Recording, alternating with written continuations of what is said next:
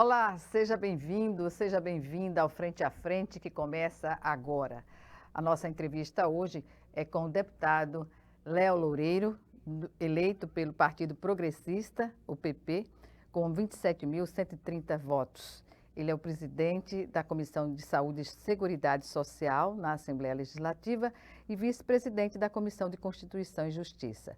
Há 20 anos é militante da causa da pessoa com deficiência e atualmente preside a Federação das APAES, aqui em Alagoas, a Associação de Pais e Amigos dos Excepcionais, que está presente em 7 municípios e atende a mais de 3.500 famílias de pessoas com deficiência intelectual, na verdade, física e múltipla aqui no estado. Deputado, eu agradeço inicialmente a sua presença mais uma vez aqui no Frente a Frente.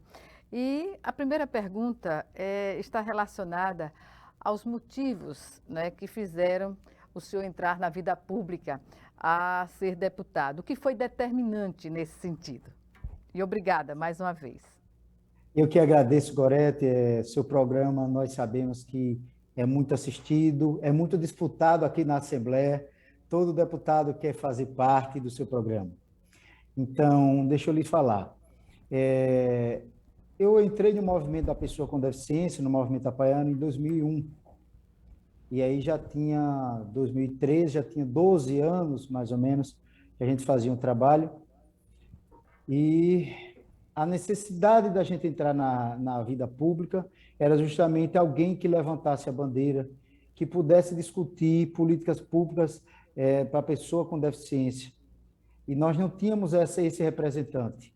Então, naturalmente, foi uma decisão de todo o grupo, de todo o segmento, que fez com que eu me aventurasse nessa nova luta, porque nós já tínhamos detectado que, quer queira ou quer não, o segmento precisava evoluir nas lutas, na busca, nos direitos como um todo.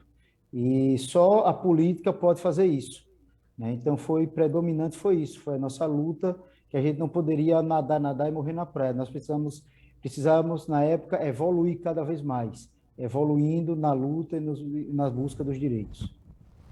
20 anos de militância na causa da pessoa com deficiência, né, deputado? O que o senhor observou em todos esses anos sobre a necessidade dessas pessoas que não tinham visibilidade? A partir do seu mandato na Assembleia Legislativa, o senhor inclusive é recordista de projetos associados a esse universo da seguridade e como também da deficiência múltipla, de todos os aspectos aqui no estado. O que dizer sobre essa questão? Orete, olha só, historicamente, o movimento da pessoa com deficiência, o cidadão com deficiência, vem tendo seus direitos gradativamente mais reconhecidos.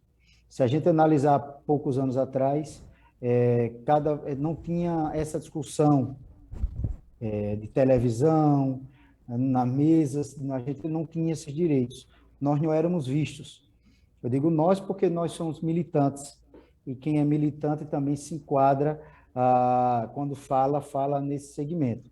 Então, a diferença é muito grande. Eu acho que quando a gente começa a discutir políticas públicas, quando a gente começa a ter voz, todas as dificuldades inerentes ao dia a dia, elas começam a ser diminuídas. Graças a Deus, a pessoa com deficiência tem evoluído muito, os seus direitos foram garantidos, mas a gente precisa cada vez mais evoluir, porque em década passada foi a evolução a gente brigar por uma rampa, ou brigar por um banheiro acessível.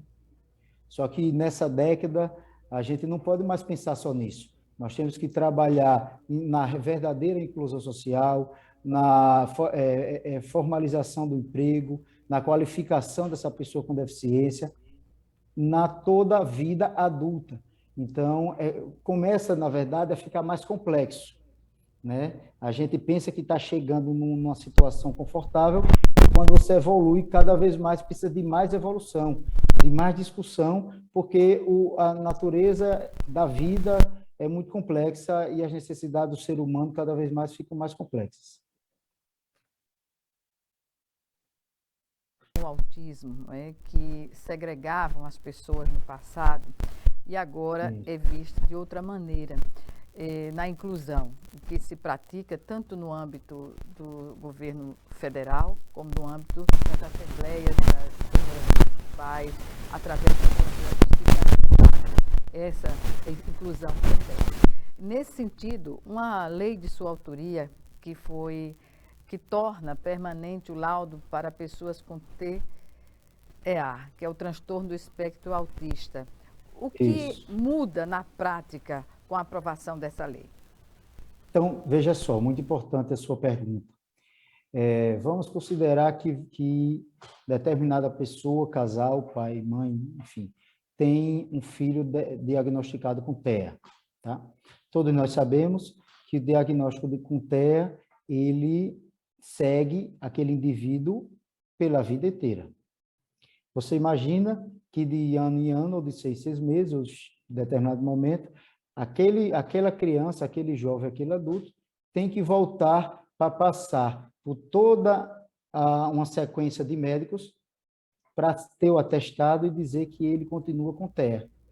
E depois voltar para o INSS e entregar o documento. Só que a gente, no mundo de hoje, nós temos uma fila de espera de neurologista, enfim, dos médicos, que ultrapassa 1, 2 anos. E aí, essas pessoas com TEA ficam sem o laudo, perde em algum momento o benefício, não tem sentido. Foi diagnosticado com TEA, com outras deficiências também, que elas são irreversíveis, não tem motivo da gente estar voltando de ano em ano, de 2 em 2 anos, para dizer que aquela pessoa ainda tem a deficiência.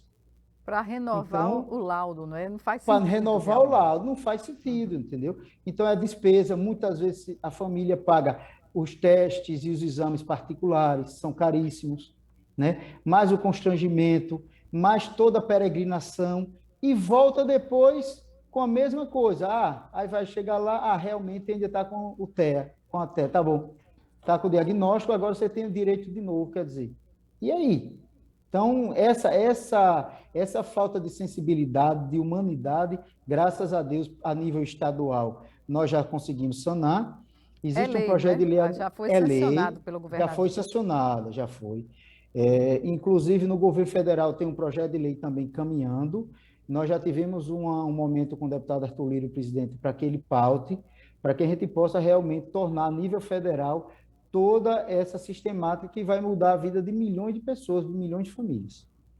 O senhor acredita que esse contato com o presidente da Câmara, Arthur Lira, vai de fato viabilizar a aprovação desse projeto semelhante para todo o país no Congresso?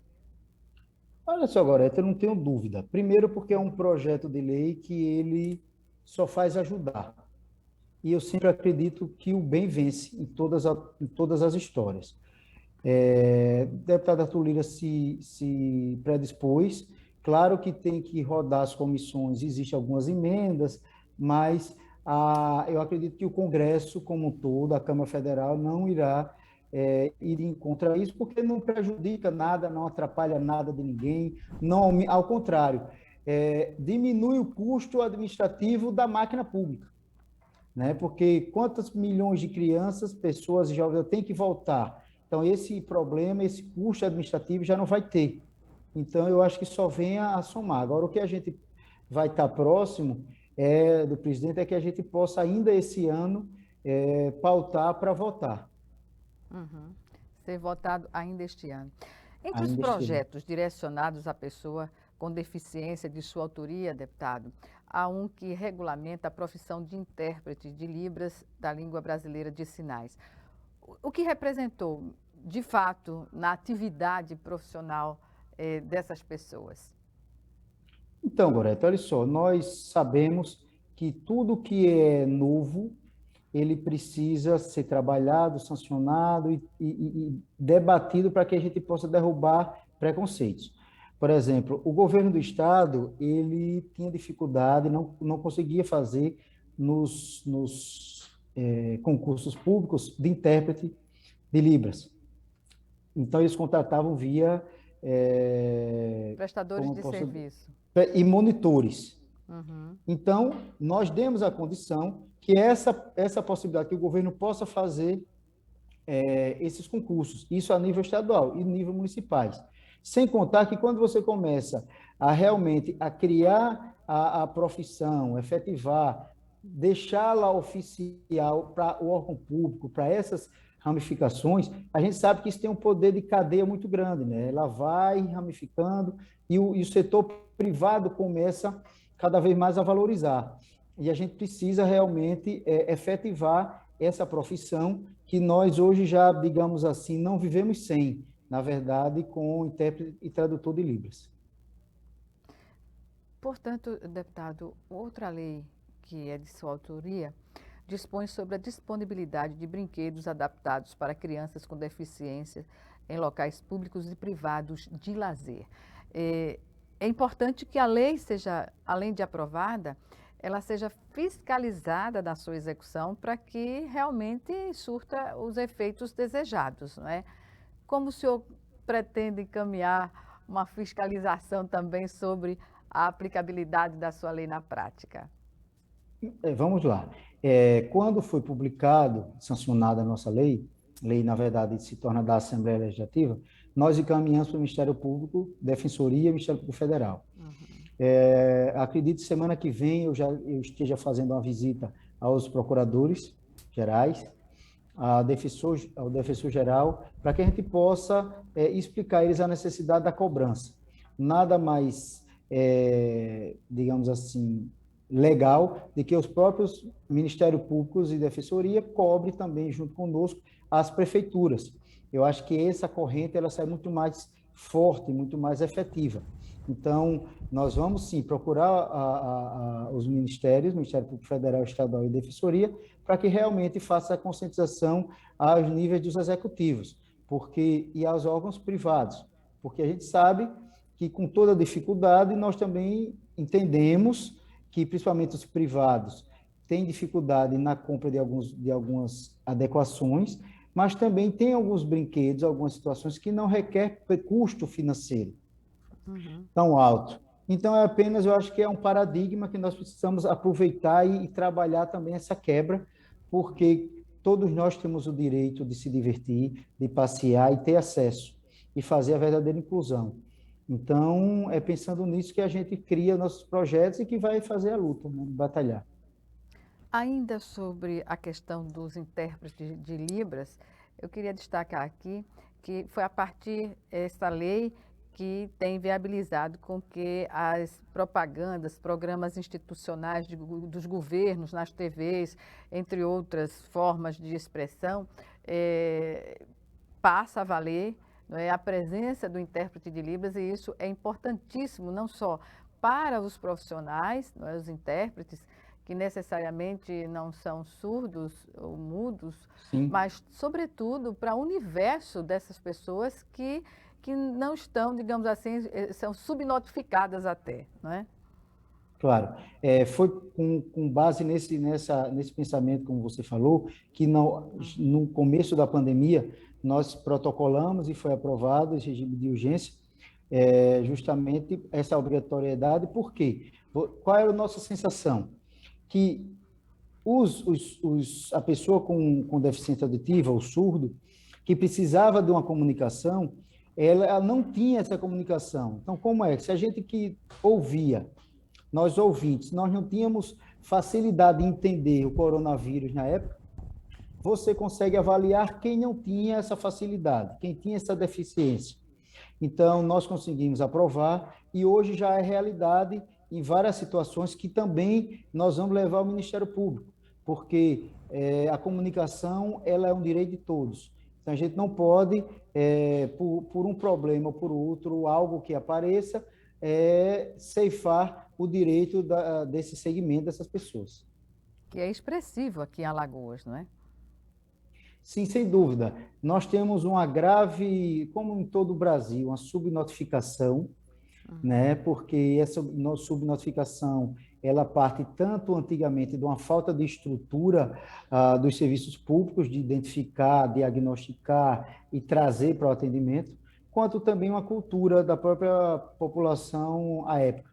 Então, nós temos ainda muitas situações de pessoas que estão à margem do atendimento, à margem, digamos assim, do poder público poder ajudar e fazer a sua obrigação, por conta de simples dificuldades de acesso. Então, a gente vem cada vez mais fazendo um trabalho, levando o poder público para onde realmente ele precisa estar, para que o cidadão se sinta realmente protegido e enxergado. Podemos dizer assim, que o Brasil tem essa dificuldade em vários segmentos, não só na pessoa com deficiência, mas também e muito na área da saúde como um todo e educação. A gente sabe que existe uma subnotificação tremenda, né, nessas áreas. E a gente vem fazendo esse trabalho, que é o nosso papel realmente de garantir os direitos da pessoa com deficiência. Quem sabe as equipes dos programas Saúde da Família não possa entregar, digamos assim, essa prestação de serviço aos governos, né, no sentido de notificar, na realidade, o quantitativo. Deputado, nós vamos chamar agora o nosso primeiro intervalo e o Frente a Frente volta em 1 minuto. Até já.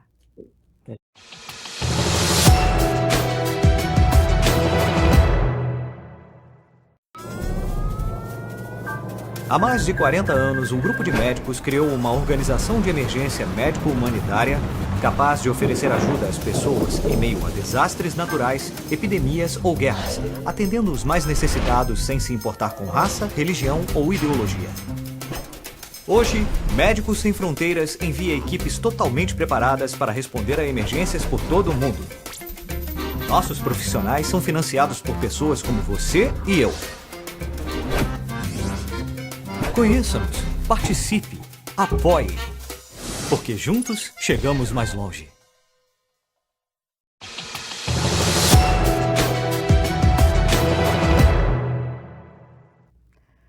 Voltamos com o Frente a Frente, que hoje recebe o deputado estadual Léo Loureiro, do PP, Partido Progressista, ele que é integrante da Comissão de Saúde e Seguridade Social, presidente, na verdade, e vice-presidente da Comissão de Constituição e Justiça da Assembleia Legislativa.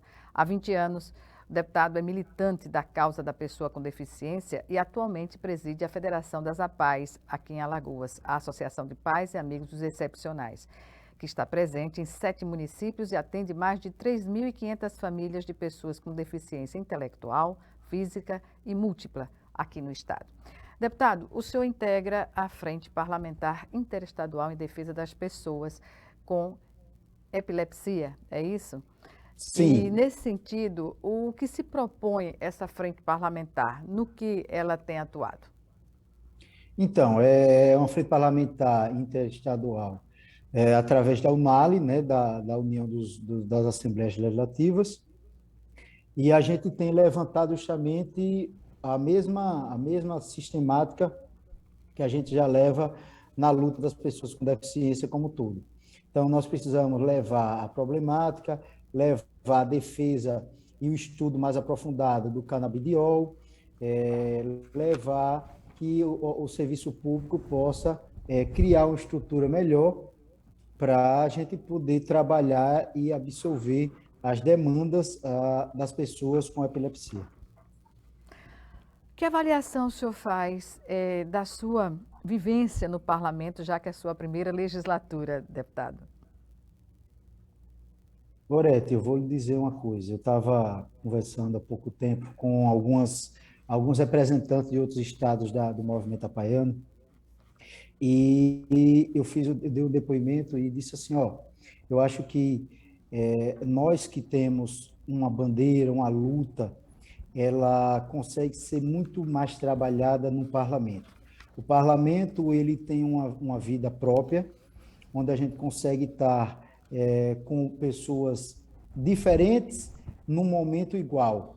Então, nós temos 27 deputados, todos eles com alguma ideia diferente, todos eles com suas bandeiras, seus trabalhos, e a gente aprende cada vez mais levar a nossa bandeira da pessoa com deficiência e ter a sensibilidade de trazer outros assuntos que são sensíveis para o nosso Estado. Então, essa minha vivência no Parlamento Alagoano, ela tem sido muito digamos assim, relevante, e até para a gente mesmo, enquanto pessoa, porque nós conseguimos sentir várias problemáticas quem não está no parlamento acaba passando despercebido. Então, é uma vivência, digamos assim, muito surreal para a gente que vive o parlamento, porque aqui a gente consegue identificar e ter contato com toda a sociedade como um todo. Então, desde a causa animal, da pessoa com deficiência, do agronegócio, da indústria, do meio ambiente. Então, você acaba conhecendo todos os segmentos da própria humanidade, digamos assim. Deputado, o seu perfil conciliador, não é, e sua ampla visão acerca das questões sociais do terceiro setor é o que motiva, por exemplo, o senhor ter sido o deputado estadual que mais apresentou projetos de lei para a pessoa com deficiência? Olha, Gorete, deixa eu lhe dizer, quando a gente decidiu vir para a Assembleia Legislativa, botar o nosso nome à disposição, nós tínhamos uma meta de trabalhar e de vida. Eu digo sempre, quando eu estou na PAI ou quando eu estou aqui, que quando eu não puder, eu não tiver mais vontade de trabalhar pela pessoa com deficiência, eu tenho que pegar meu banquinho e sair. Então, todo dia eu acordo e vou trabalhar e pensar pela PAI, pensar pela pessoa com deficiência, e isso me motiva. Então, nossa vivência como um todo, a gente tem que sempre estar focado no nosso trabalho. A minha função enquanto parlamentar é levantar e é fazer levantar a bandeira e os direitos da pessoa com deficiência, as políticas públicas, porque um dia não estarei mais aqui, mas a gente deixa o nosso legado. Igualmente na instituição, enquanto eu estiver à frente do movimento, eu tenho que estar com vontade, levantando a bandeira, animando todo mundo, não posso deixar que nem a gente fala, a pateca cair. Então, esse papel é nosso, é a nossa obrigação moral de sempre estar procurando, né, inconformado pelo que já temos. Se a gente já tem isso, a gente quer mais. Então, isso é o nosso papel princípio de estar onde nós estamos. Eu não me vejo estando no parlamento alagoano por estar, sem estar sempre medindo e olhando o que é que a gente precisa evoluir. Mesma forma, na própria Movimento Apaiano, nas APAES, eu não me enxergo frio, eu não posso, eu tenho que estar sempre, eu tenho uma obrigação, e essa minha obrigação me motiva sempre. Pois é, o senhor tem realizado também audiências públicas, não é? Esse instrumento de contato mais direto com a população, os seus representantes, na discussão de questões muito importantes que podem auxiliar até na sugestão de projetos de lei ou na discussão de um projeto já em andamento, em tramitação na casa. Qual a sua avaliação sobre esse momento de discussão que se estabelece numa audiência pública, numa sessão especial sobre algum tema específico? Veja, audiência pública, as sessões especiais, eu sempre procuro mostrar que a população precisa estar muito mais perto do parlamento. Nós só conseguimos fazer política pública se nós entendermos do assunto. Nós só entenderemos do assunto se a gente estiver perto da população, e a população perto do parlamento. E é esse canal que a gente precisa cada vez mais ampliar. Trazer a população para dentro do parlamento, para que a gente tenha uma vivência a mais e que eu possa passar para os meus colegas parlamentares a minha vivência e o meu povo e o meu segmento. Eu acho que uma das armas, digamos assim, arma não, mas das ferramentas mais importantes que nós temos é justamente a audiência pública e as sessões especiais, porque é aí onde a gente consegue realmente saber e ouvir a população. Essas audiências públicas e sessões especiais, a gente tem certeza que ali nós estamos executando a nossa função de ouvir a população, traduzir o que precisa e trazer para dentro do parlamento e transformar em leis. É isso que é o nosso sentimento.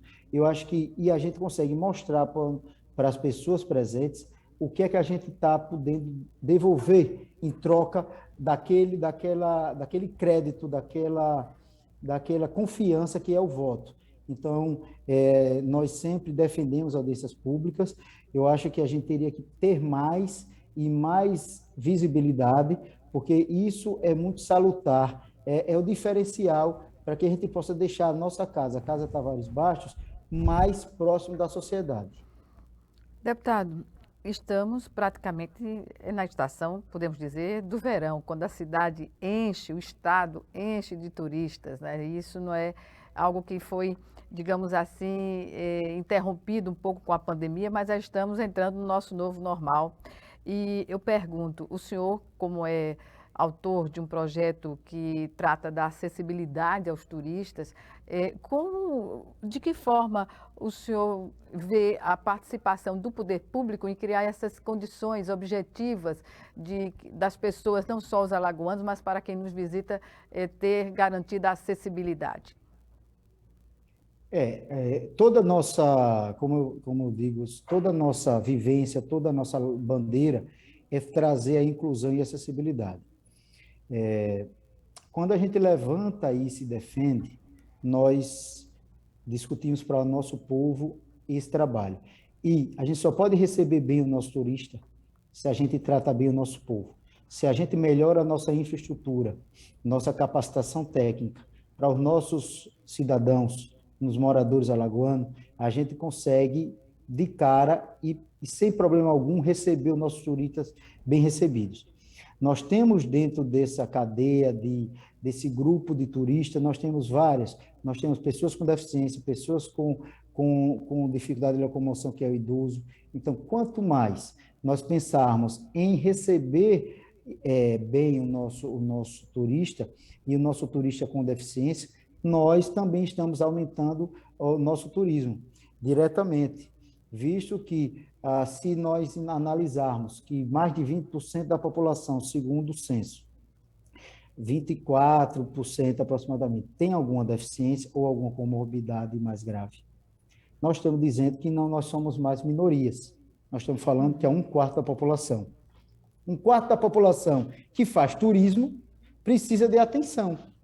Então, se nós somos um estado, uma capital, que vivemos basicamente, o nosso recurso é muito forte, do turismo como todo, e abre parênteses, o recurso gerado pelo turismo alagoano, em grande sua maioria, ele fica onde é gerado.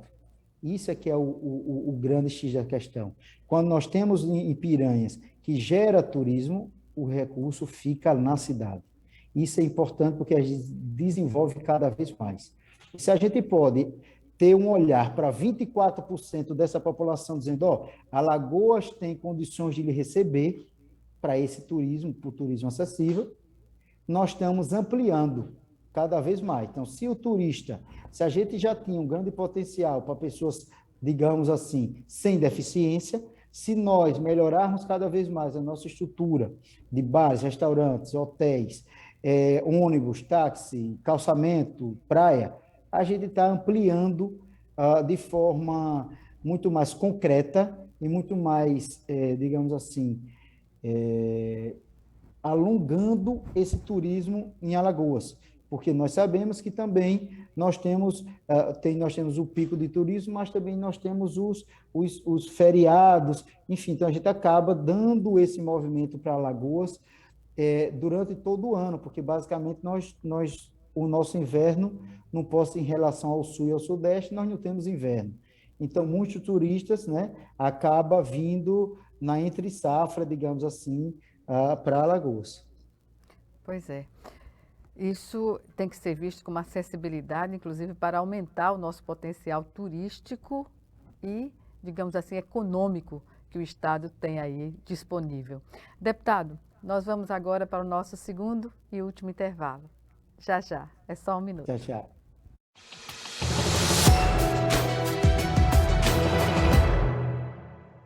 Se tem algo que precisamos ficar de olho, é na segurança das nossas crianças e adolescentes.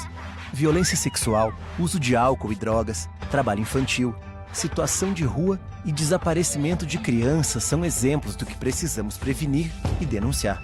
Disque 100 e denuncie qualquer violação dos direitos das crianças e adolescentes. Baixe também o aplicativo Proteja Brasil no seu celular. Respeitar, proteger, garantir. Todos juntos pelos direitos das crianças e adolescentes. Doar sangue é seguro e não dói. O Hemocentro de Alagoas utiliza a mais alta tecnologia para fazer a coleta de sangue. Para doar sangue, é necessário ter mais de 18 anos, pesar mais de 50 quilos e apresentar um documento de identificação com foto. O doador não pode ter contraído doenças como a hepatite, sífilis, AIDS e doença de Chagas. Mais informações é só ligar 3315 2106. O Hemocentro de Alagoas precisa de você.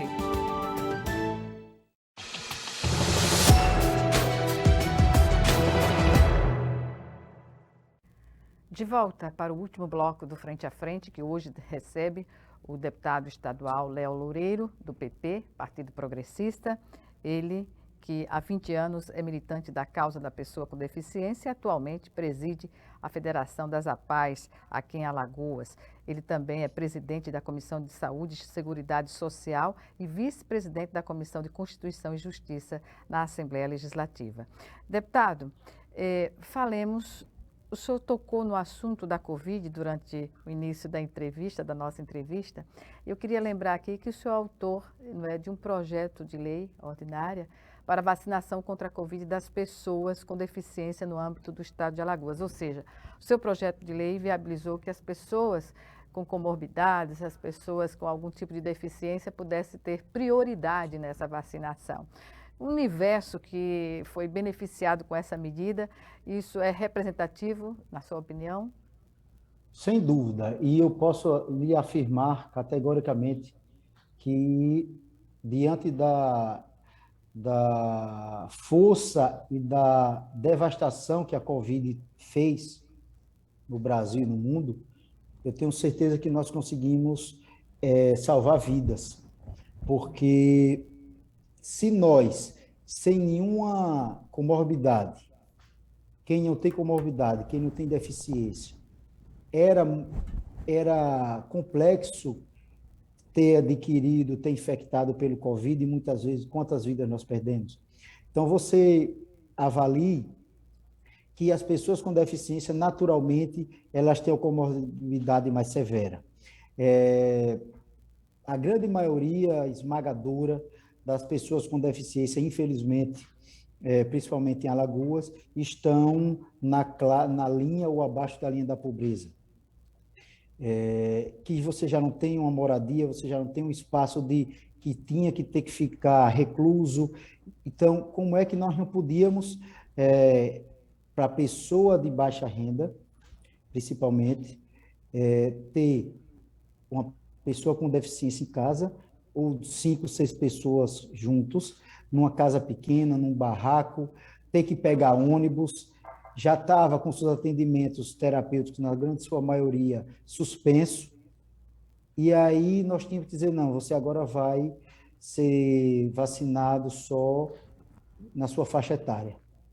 Tá. Então, isso nos inquietou, porque a gente começou a sentir na pele, perto, as mães angustiadas, porque as mães, muitas delas tinham que trabalhar, porque muitas delas são vendedoras, empregadas do lar, funcionárias domésticas, todo tipo, e tinha que voltar para casa e chega lá, estava o seu filho, a sua filha com deficiência, sem vacinar. Muitas delas não aceitavam, porque nem o autismo, que nem quem tem TEA, não aceitavam as máscaras, muitas não poderiam botar a máscara, então nós estávamos estávamos decretando daquela forma essa pessoa com deficiência a sorte, ou seja, a morte prematura. Então, nós conseguimos, e a casa foi muito sensível, o presidente Marcelo Vitor colocou em urgência e tramitou rapidamente, tivemos apoio esmagador da casa, e a gente conseguiu fazer isso, essa aprovação. E eu tenho certeza que nós conseguimos realmente salvar vidas, porque a gente simplesmente vacinou, né? Numa briga de que podia, não podia, que era bom, que era ruim, uma discussão sem sentido naquela época, e o que a gente tinha que fazer era obrigatoriamente vacinar nossa população. E a gente fez isso, nós sentimos na pele, e graças a Deus os órgãos públicos como um todo também sentiram essa dificuldade posta por nós e foram à frente de luta vacinar a população. Em outro projeto de sua autoria também, o senhor estabeleceu assim, a prioridade na vacinação contra a Covid-19 para gestantes, puérperas e lactantes, no âmbito do estado de Alagoas. Esse mesmo sentimento prevaleceu, deputado? Sim, e tem um fato diferente nesse projeto de lei, que a gente pode dizer, Gorete, que foi um projeto de incentivo popular. As mães se juntaram, as puérperas, e fizeram um movimento, e assim que nós olhamos e conhecemos o movimento, nós abraçamos, e aí nos mostraram que, além de tudo, de prevenir, de prevenção direta, a amamentação, o aleitamento materno, também levava para os seus bebês diretamente os anticorpos. Então, a gente conseguia vacinar 2 em 1, ou até, dependendo, quem tinha gêmeos, 3 em 1. Então, foi um ganho muito importante, e a gente sabe que nesse momento de guerra que nós vivíamos, até vive hoje, mas naquele momento era muito mais gravante, todas as pessoas que a gente pudesse trabalhar, principalmente com ciência e com organização, a gente conseguiria efetivamente salvar mais vidas. E esse sentimento foi primordial para que a gente pudesse trazer esse projeto de lei para casa.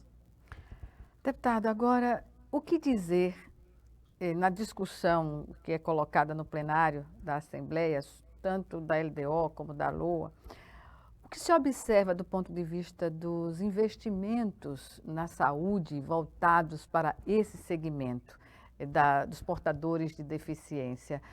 Há como aumentar o investimento e as práticas, digamos assim? Gorete, sempre há. A gente precisa entender que nós temos que efetivar e aumentar os investimentos no tratamento, propriamente dito, mas também na prevenção. Quanto mais nós conseguirmos prevenir, quanto mais nós pudermos tratar, nós estamos também economizando. O governo e o gestor público não podem entender que o dinheiro que é usado na saúde, principalmente na pessoa com deficiência, ele é gasto, ele é custo. Nós estamos investindo. Quanto mais, por exemplo, nós aumentarmos a prevenção, nós já vamos eliminar X%. O que a gente não puder evitar, que seja realmente genético ou algo parecido, nós começamos a tratar precocemente. Tratando precocemente, nós melhoramos a qualidade de vida daquela pessoa com deficiência. Melhorando a qualidade de vida da pessoa com deficiência, nós diminuímos a possibilidade e a necessidade da saúde em si durante toda a vida. Então, nós economizamos. E, em muitos dos casos, nós já damos para outra etapa. Nós damos um tratamento precoce, um tratamento inicial. Nós, dessa forma, colocamos aquela pessoa com deficiência para ir para a escola com mais facilidade, alfabetizando ou não com mais facilidade, mas também nós conseguimos, na terceira etapa, capacitá-los para, a grande maioria, para a sua vida adulta de trabalho. Então, se a gente consegue fazer o investimento no momento certo da pessoa com deficiência, a gente, ao longo da vida dela, a gente acaba economizando também e trazendo, e todo cidadão que tem economicamente ativo, ele produz riqueza também para o Estado. Então, o que nós temos que levar cada vez mais, e é o nosso papel enquanto militante, é mostrar para o gestor público que quando a gente fala da pessoa com deficiência, nós não estamos dizendo que só é gasto. Nós temos investimento para que no futuro isso possa retornar, ou com a própria criação de riqueza por aquele indivíduo, ou com uma melhor qualidade de vida, que naturalmente é uma obrigação precípua, inicial e exclusiva do poder público, melhorar a vida do seu cidadão. Então, nós sabemos que dentro dos custos do governo do Estado, nós conseguimos sim aumentar esse investimento. Nessa LDO, nós vamos discutir alguma emenda para que a gente possa realmente demonstrar cada vez mais para o poder público estadual e, de certa forma, os municipais, que a gente precisa realmente dar um passo à frente.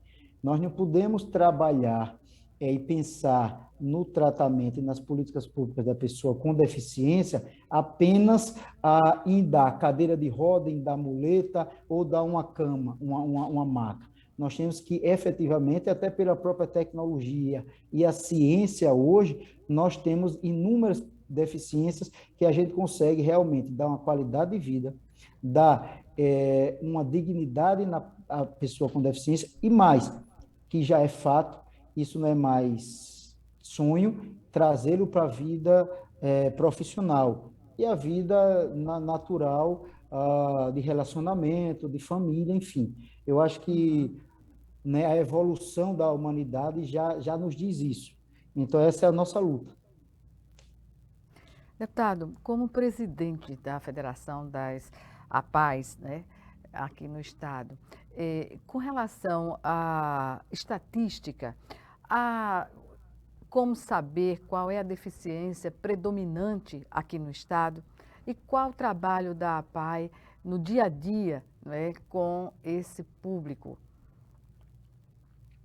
Veja só, Gorete, quando nós chegamos próximo do movimento da pessoa com deficiência, nós tínhamos, era um cenário onde as APAES só tinha na época 2 APAES, uma em Maceió e uma em Delmiro, criada logo depois, e nós precisávamos levar o atendimento à pessoa com deficiência para o interior, precisávamos descentralizar.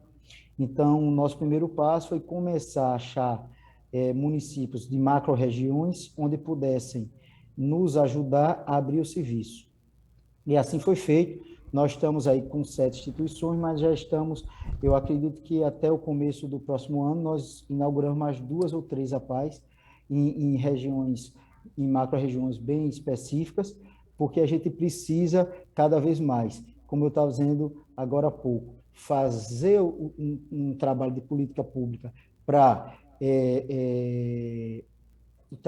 a identificação precoce da pessoa com deficiência. Nós precisamos dar a condição do tratamento para que a gente possa, ao caminho da vida, pegar essa pessoa e transformar ela tecnicamente ativa. Quando a gente fala em deficiência, nós temos muita divisão. Hoje, por exemplo, está em alta o autismo. Realmente, onde a gente encosta, onde a gente chega, é um número absurdo de pessoas com TEA que a gente consegue identificar. Primeiro, que eu consigo demonstrar que realmente, de certa forma, está sendo positivo, porque nós temos uma infraestrutura melhor, mais diagnósticos precoces, mais acessíveis à sociedade. E eu acho que o nosso estilo de vida propicia certas situações. Eu acho que quanto a gente menos cuida da saúde, mais a gente acaba... Abre espaço para o aparecimento dessas mazelas, digamos assim. Mazelas, exatamente. É natural porque nós comemos com menos saudáveis, produtos menos saudáveis, descansamos menos, estressamos mais, enfim, todo o corpo ser humano... E a constatação que o senhor já colocou aqui, que o aparecimento dessas doenças, né, desses transtornos, ocorrem na população mais pobre. Claro que tem aí em todas as classes sociais, mas predominantemente nas populações mais pobres, onde alimentação, saúde são questões muito difíceis de serem implementadas no dia a dia da população. Isso. Agora tem um fato, digamos assim, que nos intriga, é que, por exemplo, no caso do TEA, do transtorno espectro autista, nós saímos um pouco da curva, Gorete. Quando você analisa as famílias das pessoas com TEA, você começa a identificar que tem muito mais índice de classe média e classe alta. Isso a gente também não consegue dizer o porquê. Então, a ciência vai dar uma resposta, né? Um dia, e a gente espera que quanto antes, né? Porque existem deficiências que a gente sente que é mais ligada à falta de estrutura física e de pobreza, mas no caso do TEA, ela rompe esse paradigma. Então, quando você pega 100 famílias, você vê que uma grande parte considerável ou é classe média ou é classe média alta, que já mostra que não é só a infraestrutura, e sim tem algo a mais nesse processo que a gente também não consegue explicar. Perfeito.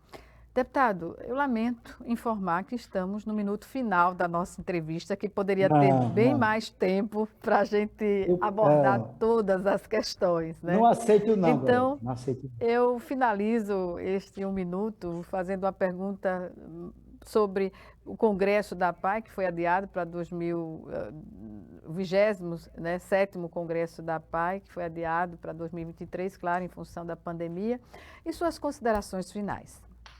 Então, é uma pena, eu acho que eu tenho que vir aqui amanhã de novo, porque é muito bom estar com vocês. As portas estão abertas, quantas vezes o senhor achar necessário. Obrigado. Então, realmente o Congresso vai ser do ano que vem, no próximo 2023, por conta da pandemia. É um congresso que traz todo o movimento apaiano, 2.200 apais vem para Maceió, para Alagoas.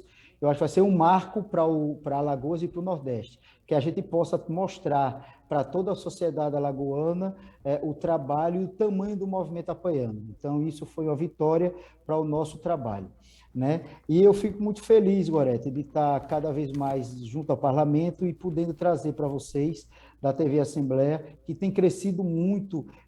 Várias pessoas que eu conheço, quando chego, diz que nos viu na TV Assembleia. E eu acho que a gente tem que fazer um trabalho mais pesado junto à sociedade, para que possam todas elas realmente, em tanto horário de sessão quanto não, acompanhar cada vez mais a TV Assembleia pelo trabalho de cidadania que vem sendo feito.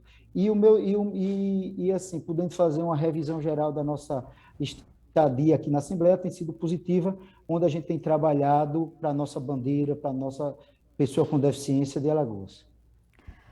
Obrigada, então, deputado Léo Loureiro, por essa oportunidade e, claro, nos veremos mais aqui no Frente a Frente, sempre que for necessário, dentro da sua necessidade, evidentemente. Claro. Obrigada e até lá. Até lá, tchau, tchau. Obrigada a você também que nos assistiu e até o nosso próximo encontro, aqui, Frente a Frente, também com você.